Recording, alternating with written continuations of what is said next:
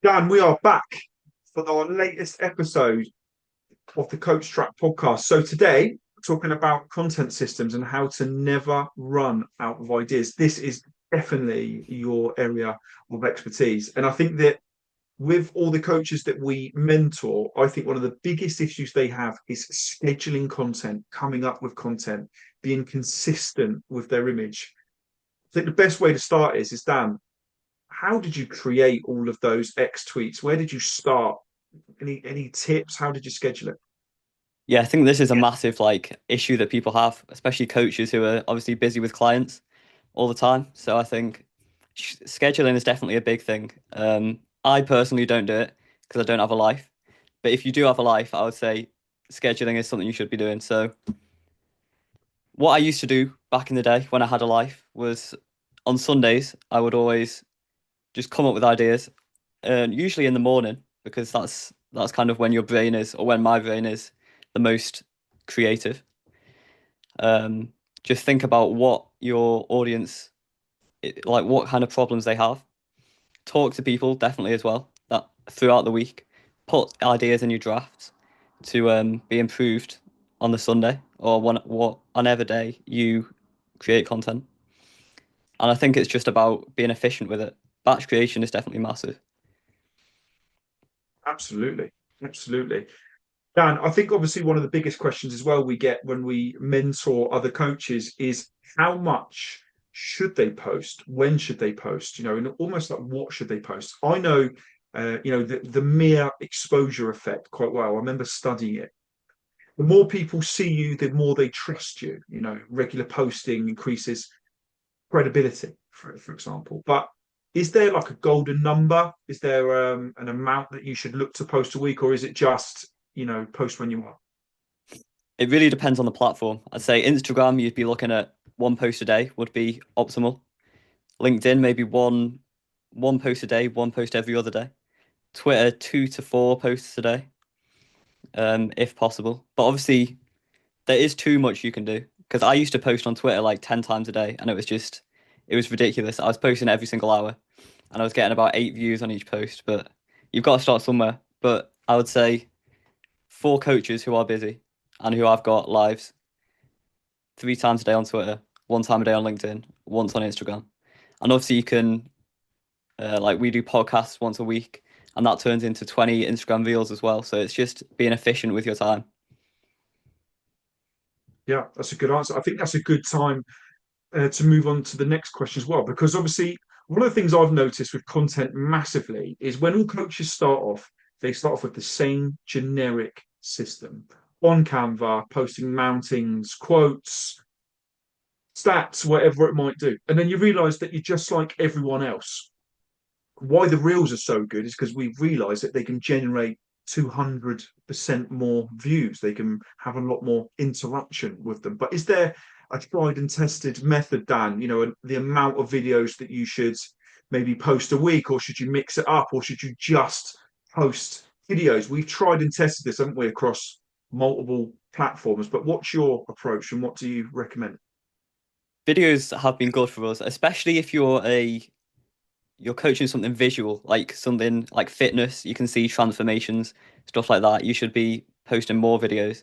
But for us, we can also get value through videos. But we're not going all in. Obviously, the writing is the main thing for us to get the most value across. But I think, Yeah, um, I think yeah, go on. no, I think that's a really good point. Obviously, with the coach trap, we've almost taken over or taken control of slightly different aspects. And I took the Instagram and the TikTok. And it was really interesting. Actually, if you just post a picture on Instagram, the views can be minimal. But if you post a reel and you post it at the right time, it's not just a little bit more effective, it's massively more effective. And then I realized actually on TikTok, that can even triple more than what it does on Instagram. So the more I see those stats, the more I think that video is the most effective. But is it all about numbers, or does it just need to resonate with a certain few? What's your thoughts on that, Dan? Yeah, that's it. If your audience are going to watch it, it's brilliant. But if even if your video is the most valuable video out there, if your audience doesn't like video or they can't be asked watching a 10-minute video, if you're making YouTube, you're not going to get clients from it, even if you get the views from it. So I think definitely position yourself where your audience is. And the most important thing is, if you want to know what your audience wants to know, ask them, DM them, listen to their comments, even like hop on calls with them if you can, if you've got time, and just see what they want to know. And then you can give it to them, and that you're going to attract more people like that. So you can kind of compound your business and compound your views over time. Yeah, that's awesome, Dan. I think another thing I would like to add to that is we mentored one guy, didn't we, in particular, and we were giving him a schedule or telling him the amount that he should post and what he should post, but also we told him there has to be an element of trial and error, almost posting a certain type of video, slightly different format, slightly different subject, and to see what one resonates with your audience. Because actually, I think that your voice, your look, your image, your niche, for example, it's different for everyone, and it obviously resonates with a certain type of person. That comes from experimenting, trying out different things. But also what I see on Instagram a lot is people posting pretty much the same video every time, same hook, same CTA, same main body, but maybe just different clothes. And that's obviously just because it works and it has maximum impact. But for coaches, that won't really work, Dan, will it? Posting the same thing every time just because it has a lot of views. So what would be your breakdown for a video? What would be your main tips for putting something out? I would say if you're already doing writing, just kind of say that and add your personality to it if you can. Yeah. The biggest thing for video and getting viral on Instagram or getting the views from the people you want is saying upfront in the first kind of 2 seconds who this video is for and what you're going to do. That upfront hook is massively important, especially when you're new, because people don't trust you yet. So they've got to know that you're that guy for them who's going to solve their problem, and you're about to drop some value in there, and then they kind of get into the audience, they follow you, and you can go from there. That's a really good answer. I think that leans in, doesn't it, to that trial and error, seeing what works for you and then honing in a real specific technique. I remember with Reels in particular and video content that you've got maybe 40 milliseconds to make an impact, 1 to 2 seconds to have someone make a decision. And in that 1 to 2 seconds, they decide whether they watch it all the way through or they skim and move over it. And interestingly, I know a study was released that 80% of everything that people see on Instagram, X, LinkedIn, they will forget within an hour. So that's 80% of content that they will just skim over, every single person. So how do you make yourself the 20%? It's really interesting, isn't it, Dan? That stat is so similar to the amount of coaches that quit or fail every year. Literally exactly the same. So it's all about standing out. How would you do it? What do you recommend? How would you become that 20% that makes sure that your content isn't skim, or read over, but also the 10% who succeed at coaching? Yeah, with video, even with tweets, to be fair, your hook is massively important, especially if you're new. You've got to tell people that you're going to solve their problem, and then you've got to deliver on what you say as well. It's not just about kind of clickbaiting people, but you've got to deliver. You've got to kind of give them advice and position yourself as someone who's knowledgeable about that thing. I think something people miss out on is storytelling quite a lot. Obviously, if you've got stories, if you've got experience, share that, because it's only gonna help you. Also, I think CTAs are quite underrated. People don't like to ask for things, but if you've given enough value, if you've given 10 times the amount of value, and then you ask in the last 3 seconds, oh yeah, you can follow for more of this, or you can DM me for kind of specific advice for you, that definitely goes a long way, and it will help massively in growing your audience. Absolutely. I think also with the CTA, you can include stuff like authority bias, like when you see Nike, just do it, for example. Ours is don't fall into the coach trap. And I say it on every single caption, every single video, etc., over and over again, trying to build authority bias. That's the CTA that I use. Do you recommend something like that, Dan? You try and make something catchy that sticks in the head, or do you make it more to the point, more specific? You know, I think me and you have basically trialed different things, haven't we? You're going for something a little bit more authentic. I'm trying to go straight down that authority bias route. But what do you recommend if you're a new coach with your CTA? Any tips, any hints, anything that works? What's your thoughts?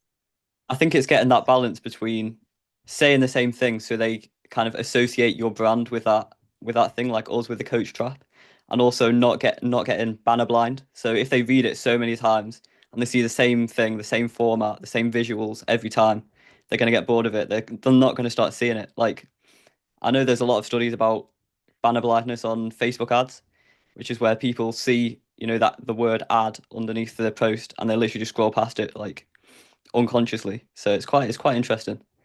Getting that balance. I think definitely have a CTA, say the same similar things, but with different visuals, different words, different ways to relate it to your post. That's kind of the optimal thing you can do there. Yeah, good answer, Dan. When we mentor coaches, one of the biggest questions I get asked is scheduling content. They might say, Greg, how are you so organized with your content? And I say, well, typically I plan up to 2 months in advance of what I'm going to create. Some people might say that loses authenticity, but for me, that's all about burnout, overwhelm. I want to get it right, but also I don't want it to ruin my life or take over my life, because we've seen coaches, haven't we, Dan, that can take 3 4 hours a day making content. I will never be that guy, because coaching has to be the number one aspect of my business, the actual coaching, not the social media creation. So I plan for 2 months in advance of what I'm doing, and I do schedule content, but I do try and mix it up. I do try and write authentically. Dan, would you use apps like Buffer um, to schedule your content, or are you someone who just sort of does it off the cuff if and when? I know we always say practice what we preach, but I don't schedule content. I would always recommend you do, especially if you've kind of got clients, you're established, you haven't really got time.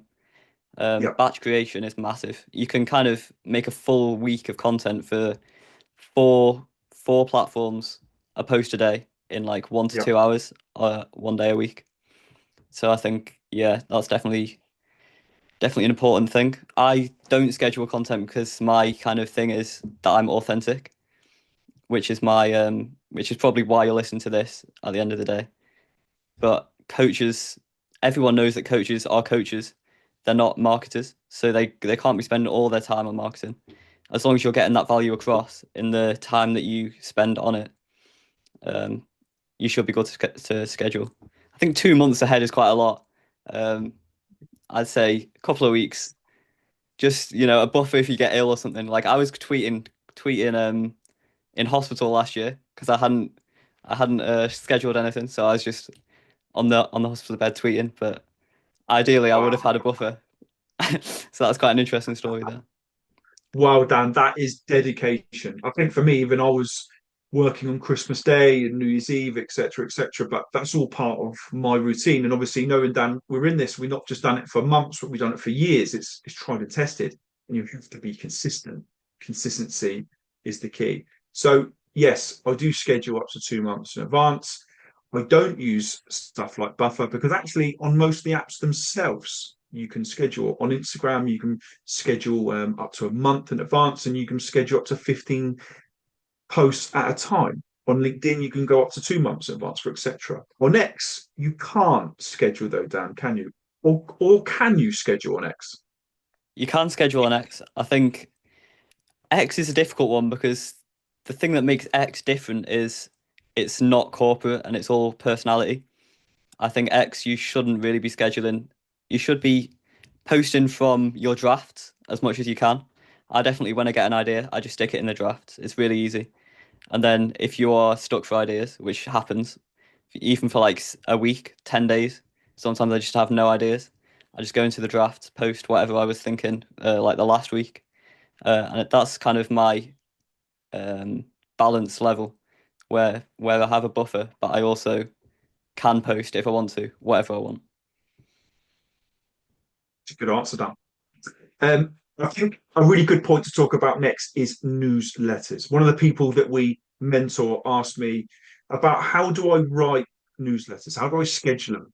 What is the process? And I said, I write newsletters based on my life. I have to have the inspiration. I can't just sit there and write a newsletter out of thin air. I need to have that light bulb moment every day, every other day. I make a note of it on my phone, and then I sit down and I go for it. The best inspiration that I get for writing newsletters is with interacting with other coaches, other marketers, especially on X. Do you remember, Dan, the guy recently who was talking to me about offers? It was great inspiration for me. I used that, turned it into a newsletter, and of course, scheduled it up to 2 months in advance, like I do some of my others. But Dan, do you do the same for newsletters? Do you have any techniques for that, or are you someone who just tries to write it if and when you have that light bulb moment? At the moment, I know we're writing a lot of CoachTrap newsletters, so I'm getting up at like early in the morning, 6 o'clock, just getting out of bed and writing the newsletter straight away because that's what I found works for me the best. With a long form content, just getting it out and not having any distractions right early in the morning.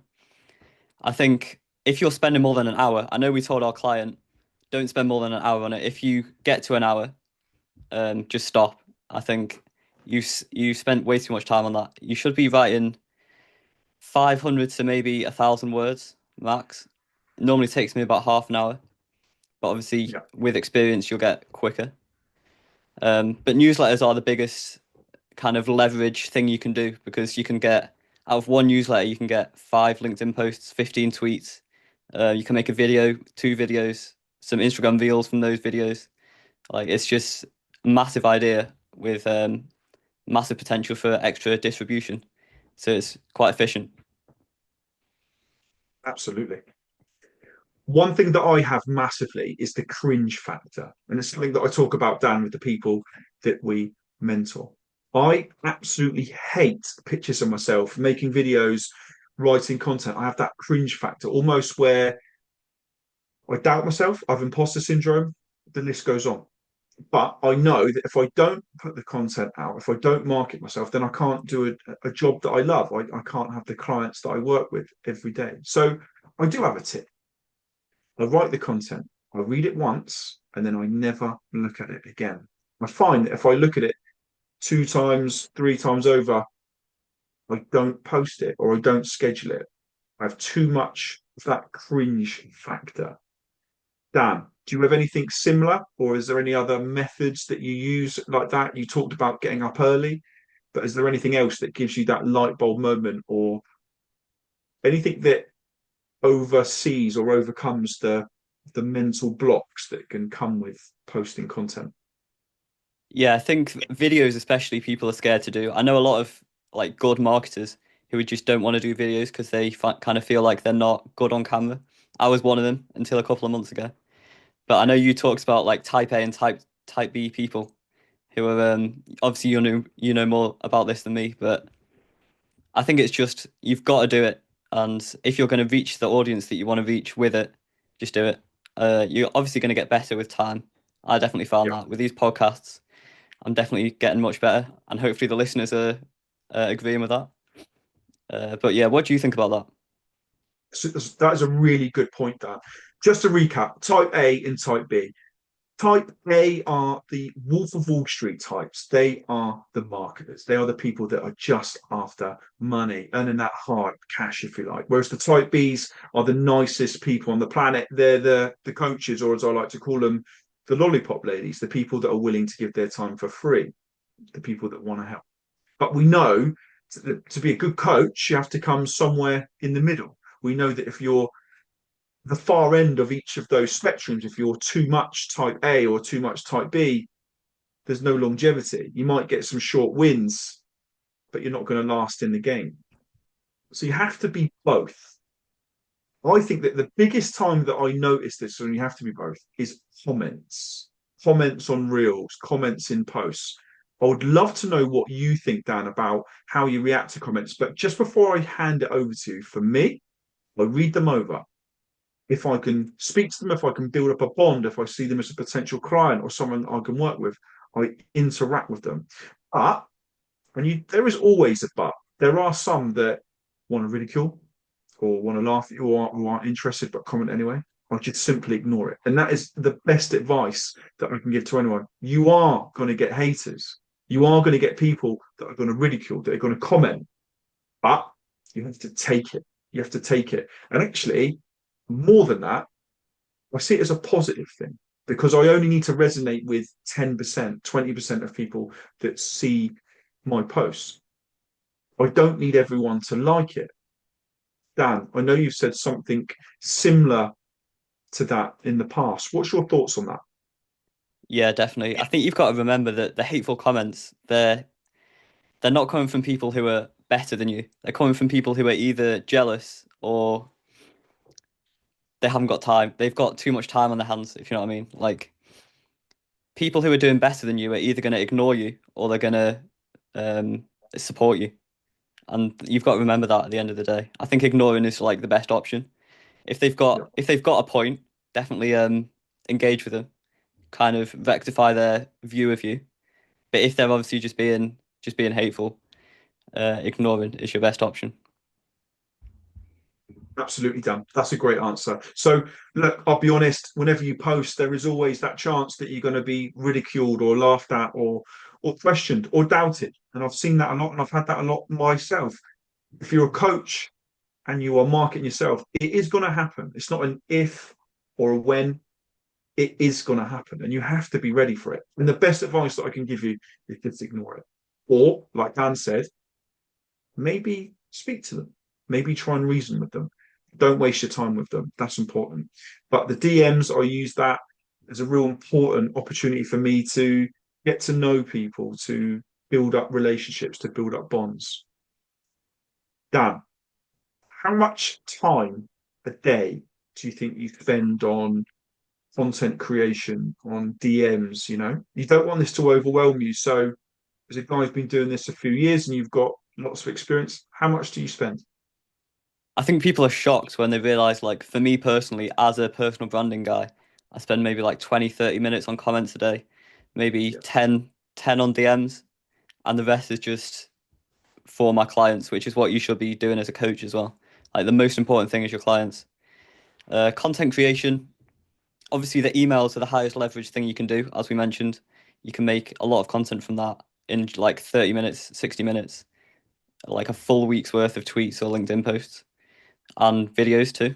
Um, but yeah, I think the biggest thing is you've got to realize that it's going to take time to build the trust.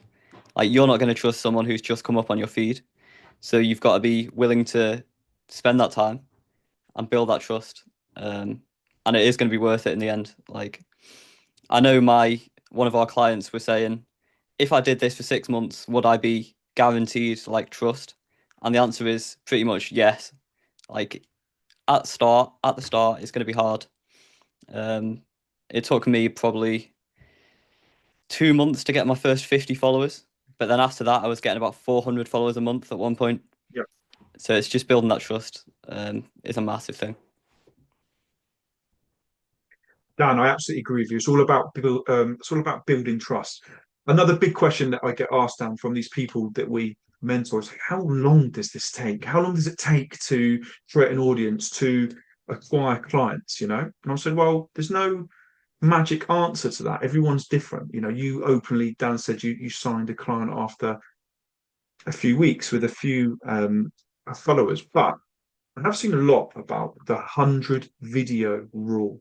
Don't expect anything unless you've posted 100 videos, 100 posts. That takes time. And we've had people, haven't we, Dan, that come in and they're new or they've been doing this for a few months and they go, look, we don't have the results. We're not building the traction. Well, you're not going to get anywhere in a month or maybe even 2 months. You have to be consistent. You've got to set goals and then you can go after it. You have to see this as more than just earning money. You've got to try and build authority and you've got to love doing it. That's my best advice that I can give to any new coaches out there. Dan, How long is there a golden number? Is there a certain amount of time it takes to build this sort of traction and authority, or is it different for everyone? I'm a big believer in you're going to get the clients when you deserve them or when the best time to get them is. I think it's a nice story that I got clients at 30 followers, but I was actually really bad at that point, and I actually pissed a couple of people off because a couple of years ago because I just didn't know what I was doing. So maybe it would have been better if I'd spent more time failing and learning those lessons, and waited till like 500 followers to start getting clients. At the end of the day, you are going to reach people, and as long as your content is valuable to the right people and you're reaching out and you're doing all the right things that we're talking about, you are going to get clients eventually. You've just got to be patient is a massive thing, and they're going to come at the right time for you is my biggest tip. Absolutely. Patience is the key. Consistency is an essential element to success as a coach.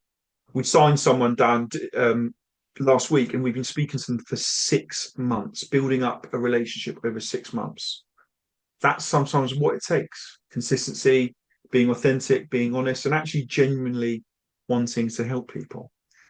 But there is one thing that I know, one stat that is so clear to me in all of the ads that I've posted or all the times I've scheduled, is that people, before they buy, will want to see you at least 7 or 8 times, even across multiple platforms, newsletter, X, LinkedIn.